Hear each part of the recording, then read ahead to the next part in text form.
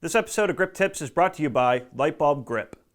We're back. I'm Dave Donaldson. Welcome back to Grip Tips. Today we're going to talk about safety cable, or safety chain.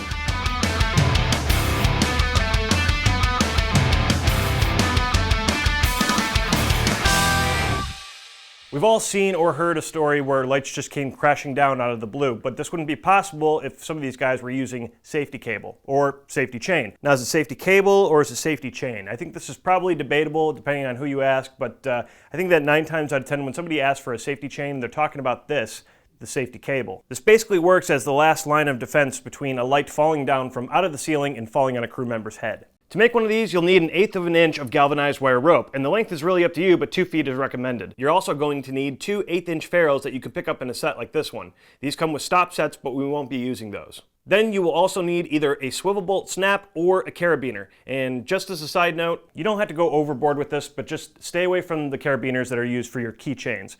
Something preferably made out of steel. You're also going to need this tool. They look like bolt cutters, but this is actually used for crimping the ferrules, and it's called a Swage. It's $28 at Lowe's, but you need them. Because crimping ain't easy, Take a ferrule and slide it onto the wire rope. Then come back and make a loop by sliding the end of the cable into the ferrule. Then we will take our Swage tool and look for the correct size. Since we are using 1/8-inch rope, we will find the 1/8-inch hole on our Swage and begin by crimping the middle of the ferrule first, and then crimping the ends as well, so that we have 3 crimps total on the ferrule. Then you will do all those steps again on the other side of the wire rope, passing through the ferrule, making a loop, then swedging 3 times like we just did. Then throw on a carabiner and you're done.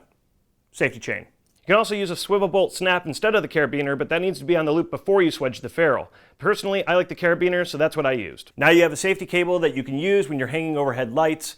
You can also use them for organization, such as maybe a tape roll or hanging your grip clips. It's really up to you. The idea for safety cables or chains is just in the off chance that if a light slips off of a junior or a baby pin, that the light will be caught by the cable. It can also help prevent barn doors from slipping off of a light as well. Okay, so here's the rule of thumb. If you're not using a stand to rig lights to, and you're hanging them up and overhead, or maybe it's just something big and bulky that's got too much weight to it and could be kind of a hazard for people below, use a safety chain. It's just common sense. Also, something to take note is that when hooking up a safety chain, you will pass a loop through the other loop so that it creates a snare around the yoke of the light. Then make another snare around the solid foundation that the light is attached to. For example, here the chain will wrap around the 2x4 of a wall spreader, and the carabiner will then close all the loops by connecting to the chain. Now, I don't really have a great way to word this, so if that's confusing, take a moment, pause this video, and see exactly what I've done with the safety chain here. And speaking of safety, Lightbulb Grip is a lighting rental house based in Brooklyn, New York, and they're dedicated to the education and safety on all film sets.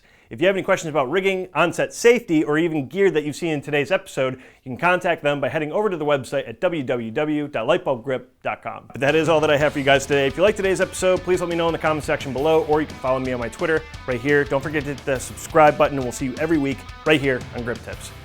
It's so hard to say. Hit that subscribe button. Say that. Say that to yourself. Don't forget to hit that subscribe button. Now say it quicker. Ready? Don't forget to hit that subscribe button.